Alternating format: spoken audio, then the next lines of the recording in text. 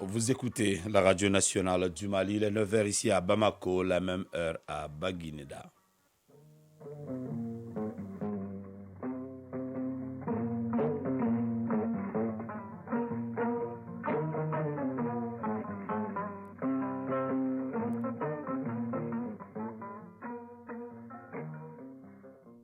Le journal Fousseni Tunkara.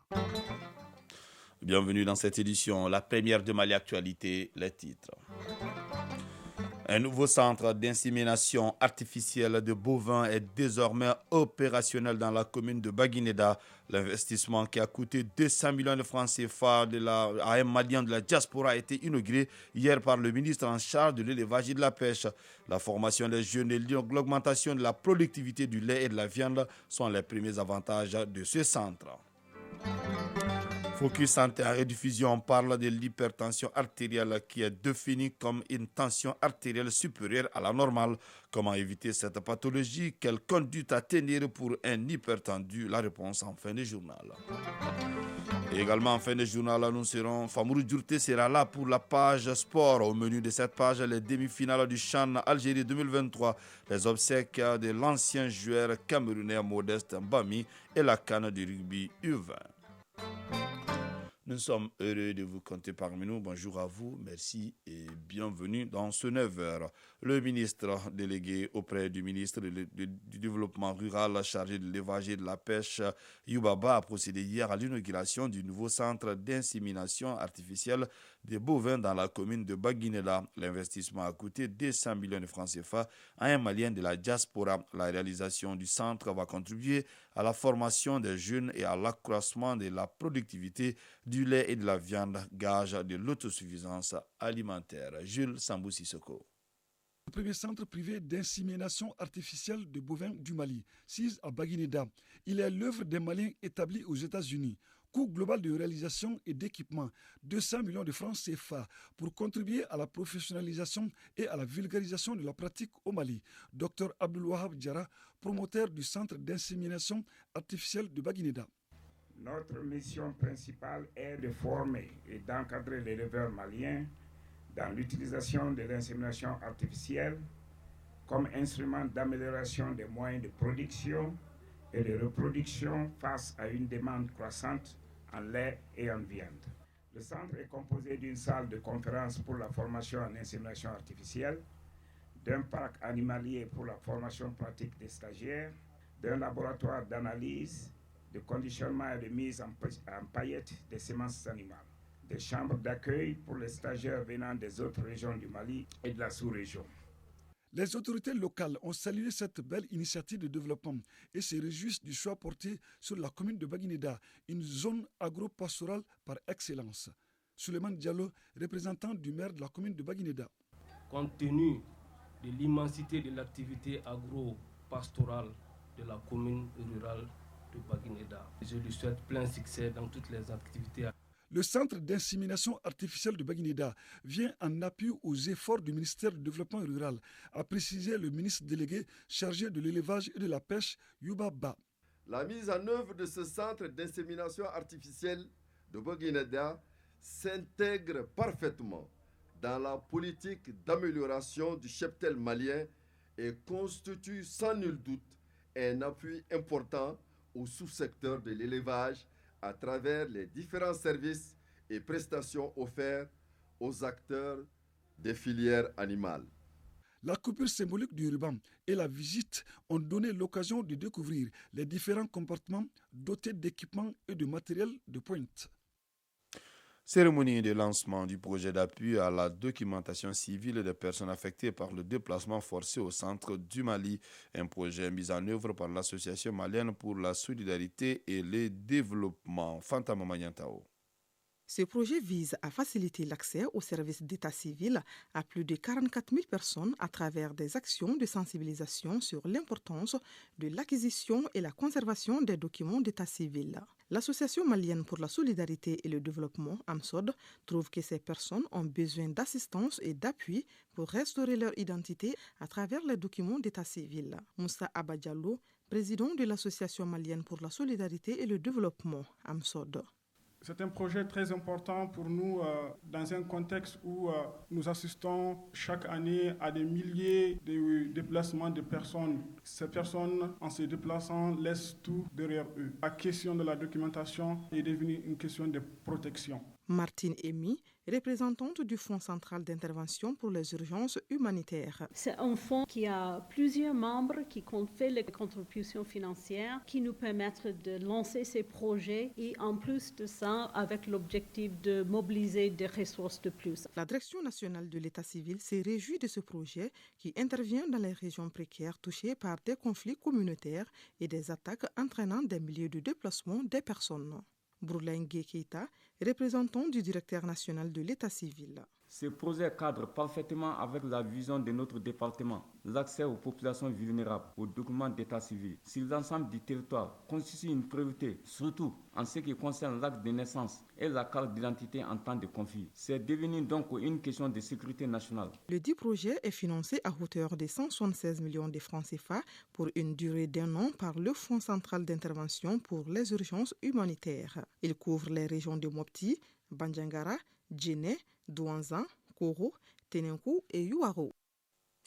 Une meilleure appropriation des documents stratégiques et d'alignement des interventions des organisations de la société civile au Mali. Les sujets regroupent à Bamako le Forum des organisations non gouvernementales d'intervention au Mali et le Conseil national de la société civile. La journée d'échange doit formuler des recommandations pertinentes pour une réelle prise en compte des besoins des populations dans l'élaboration des politiques de développement. Batraoré. La mise en place des politiques de développement requiert une prise en compte réelle des besoins des populations. Le FONGIM, Forum des organisations non gouvernementales d'intervention au Mali, mesure l'enjeu de la question. La présente journée d'échange constitue une tribune pour l'appropriation des documents stratégiques et l'animation des interventions des organisations non gouvernementales et organisations de la société civile aux politiques nationales et internationales au Mali. Jean Moukanga, président du FONGIM. Cet atelier, c'est une humble contribution de FONGIM et ses partenaires de la société civile aux efforts déjà déployés par le gouvernement dans la poursuite de l'atteinte des objectifs du développement durable, à l'optimisation des ressources dédiées à l'amélioration des conditions de vie des communautés maliennes. Le Conseil national de la société civile adhère à l'initiative et s'est dit prêt à accompagner le FONGIM pour l'atteinte de ses objectifs.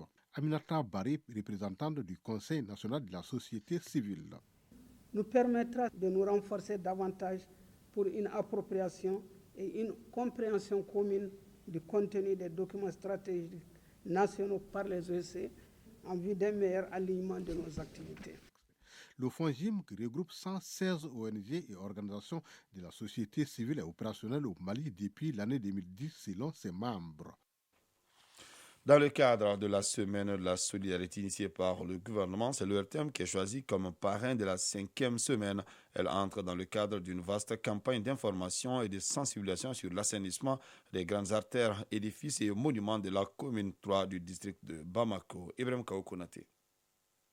Cette 5e semaine de salubrité avec comme parrain l'ORTM est initiée par le maire de la commune 3 du district de Bamako.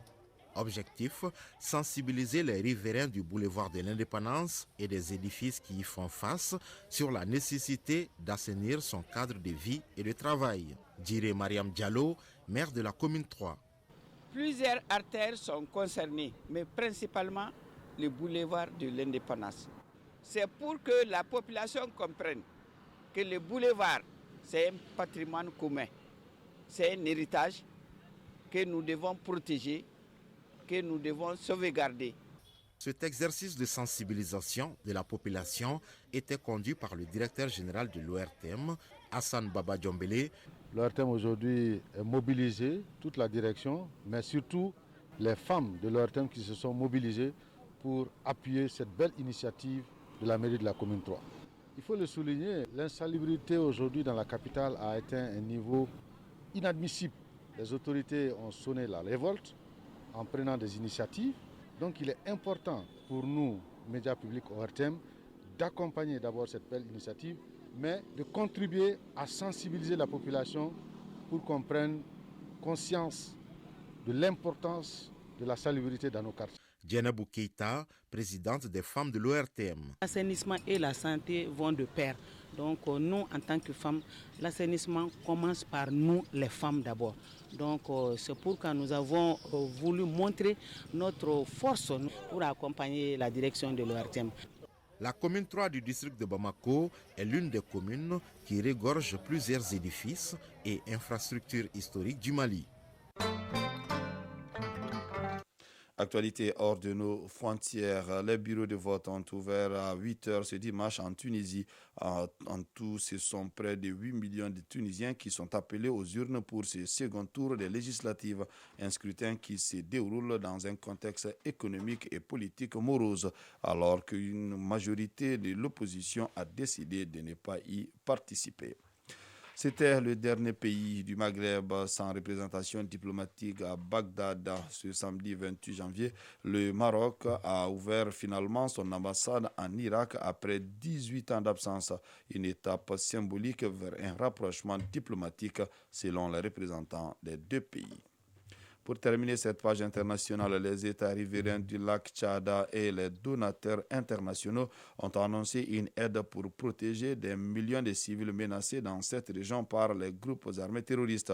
Les États membres et les donateurs institutionnels ont annoncé l'octroi de plus de 500 millions de dollars à la crise dans la région, indique un communiqué transmis donc ce vendredi après une réunion en début de semaine à Niamey au Niger.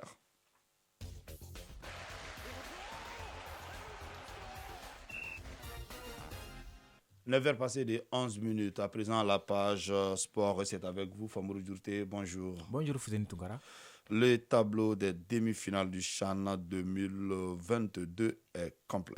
Oui, c'est le Niger qui a complété ce tableau des demi-finales en dominant le Ghana par 2-0 ce samedi 28 janvier dans le dernier quart de finale du tournoi. Le MENA rejoint l'Algérie, le Sénégal et Madagascar. Nos envoyés spéciaux Isaac Tienou et Abou Kone ont recueilli les réactions des deux entraîneurs, respectivement Anor Walker du Ghana et Haruna Doula du Niger. C'était à la fin du match à Oran. Je me sens un petit peu déçu parce que je n'ai jamais pris en considération la perte de ce match, même à 2-0. C'était un coup dur pour nous. Nous n'avons même pas pu inscrire un but. C'était une grande déception pour moi. Nous n'avons pas bien joué, mais je n'ai jamais sous-estimé l'équipe nigérienne. C'était un coup de malchance. Je pense qu'on ne peut que ressentir de la satisfaction, de la joie pour ce que ces jeunes ont été capables de présenter. Et surtout là où ils ont pu et su placer le Niger aujourd'hui. Je pense qu'au démarrage de cette compétition, les gens se posaient des questions, et même dans cette salle, sur le Niger. Quel objectif, quelle ambition? En tout cas, dans ce domaine, ces jeunes sont en train de, je ne veux même pas dire écrire, mais de faire leur histoire. C'est la première fois qu'une équipe du Niger, dans une compétition d'envergure, se positionne en demi-finale. Et je leur dis félicitations et bravo pour ce qu'ils ont accompli. Voilà, c'était là les réactions de Anor Walker, le sélectionneur ghanéen, et Haruna Doula du Niger. Des propos recueillis par nos envoyés spéciaux Isaac Tienou et Abou Kone. En demi-finale, mardi 31 janvier à 16h GMT, le Niger affrontera l'Algérie. Le même jour, en deuxième heure, 19h GMT, le Sénégal en découdra avec Madagascar. La finale du CHAN 2022 est prévue pour le samedi 4 février à 19h GMT. La veille, les vaincus des demi-finales joueront pour la troisième place à 19h GMT également. Rugby CAN U20, la Côte d'Ivoire prive le Sénégal du trophée Barthez. Oui, l'équipe du Sénégal de rugby à 15 ans de moins de 20 ans ne sera pas de la partie lors de la CAN 2023 de la catégorie. La faute à un essai assassin planté en toute fin de match par Ismaël Nakabo de demi d'ouverture des Éléphantaux a profité d'un imbroglio au niveau du corps arbitral sur une sortie de balle initialement accordée au camp sénégalais avant de revenir aux Ivoiriens. Les spectateurs du stade Latijor se sont régalés avec cette rencontre pleine de rebondissements avant de déchanter avec cette issue cruelle. Score final 23-22 pour la Côte d'Ivoire. La Fédération sénégalaise de rugby a déposé un recours à l'issue du match, une procédure qui devrait juste aboutir sur une suspension de l'arbitre sans remettre en cause le résultat final, donc la qualification ivoirienne. Les obsèques de Modeste Mbami, ancien joueur du Cameroun, ont eu lieu ce samedi à Yaoundé. Oui, l'ancien joueur camerounais a été inhumé à Yaoundé, la capitale camerounaise, ce samedi. Les obsèques du champion olympique 2000 ont drainé beaucoup de monde, notamment de nombreux anciens internationaux, parmi lesquels ses coéquipiers en sélection nationale. Si Jean de Makoun, Carlos Kameni ou encore Bernard Choutang et bien d'autres ont fait le déplacement à la cérémonie pour rendre un ultime adieu à leur ancien coéquipier, une légende a manqué à l'appel. Il s'agit bien sûr de Samuel Eto'o, présent il y a quelques jours en Algérie à la faveur du CHAN 2022.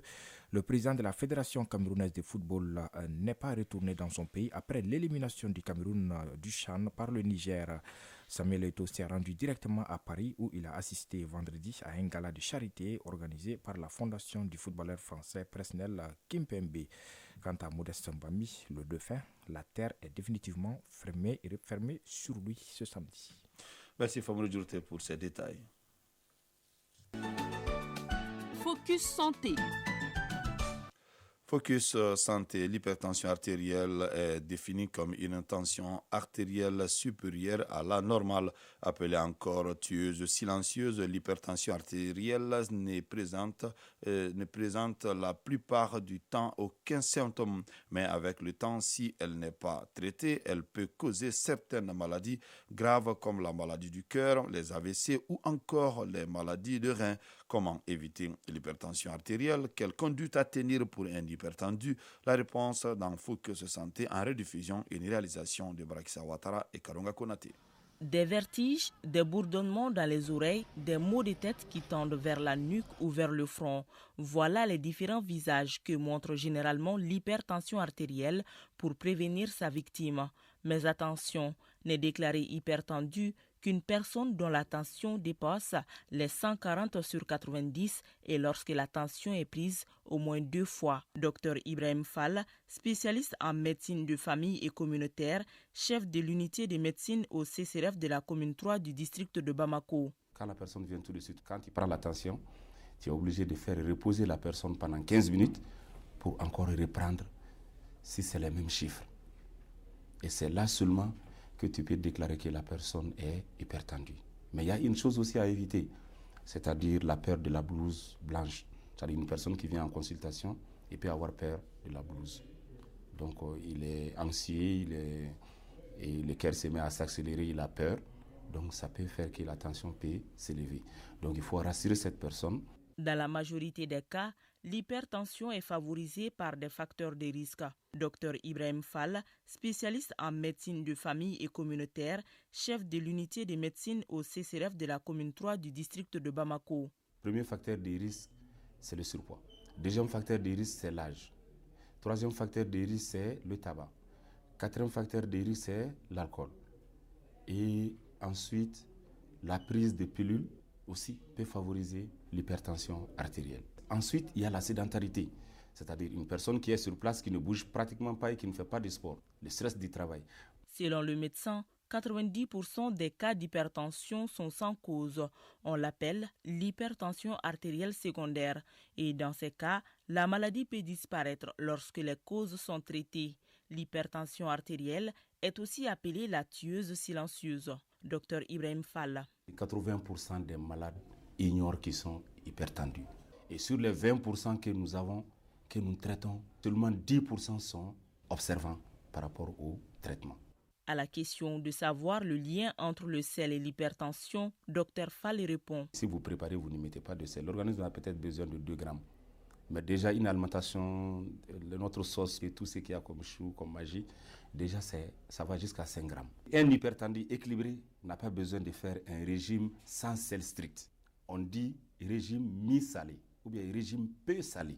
En pratique, on dit à la personne, à partir de 16 heures, il ne faut pas consommer le sel. Parce que le fait de ne pas aussi consommer le sel a ses conséquences.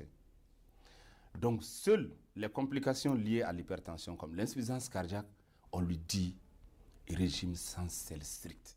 Les conséquences de l'hypertension artérielle sont énormes et dangereuses et sa prise en charge est multidisciplinaire. Dr Fall. Ces complications sont d'ordre cérébral, d'ordre rénal, d'ordre cardiaque et d'ordre sensoriel, c'est-à-dire les yeux. Donc voilà les organes cibles de l'hypertension. Le cerveau, c'est quoi? C'est les accidents vasculaires cérébraux, c'est-à-dire où il y a l'accident vasculaire cérébral hémorragique et l'accident vasculaire ischémique. Quand c'est cardiaque, le malade est confié au cardiologue. Quand c'est rénal, le malade est donné au néphrologue et le néphrologue fait son travail. Après, il le renvoie soit au généraliste, soit au médecin cardiologue. La plupart du temps, les patients sont reçus au stade de complication. Le traitement de l'hypertension dépend du niveau de complication. Aujourd'hui, on parle de monothérapie, c'est-à-dire une seule molécule. On parle de bithérapie où c'est 2 molécules. On parle même de trithérapie. Ces molécules sont utilisées en fonction des grades. Mais si j'ai un conseil à donner à mes confrères qui sont dans les coins éloignés, qui sont dans les niveaux périphériques, il y a une molécule que les gens utilisaient il y a longtemps pour la prise en charge de l'hypertension artérielle qui a été abolie. Il faudrait que les gens pensent à ne pas les mettre dans la prise en charge de l'hypertension artérielle saine. C'est les furosémides, c'est ce qu'on appelle les diurétiques de Lens. Il faudra vraiment l'enlever dans la prise en charge de l'hypertension artérielle saine.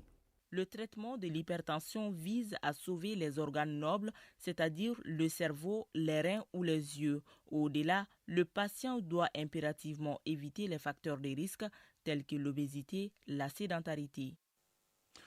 9h passées de 21 minutes, c'est donc la fin de cette édition qui vous a été présentée par Fousseini Tunkarab. C'est travaillé à assurer la connexion technique, une édition coordonnée par Ousmane Dao. Sékou Traoré a assuré la mise en ligne. Prenez bien soin de vous, que le bon Dieu nous protège.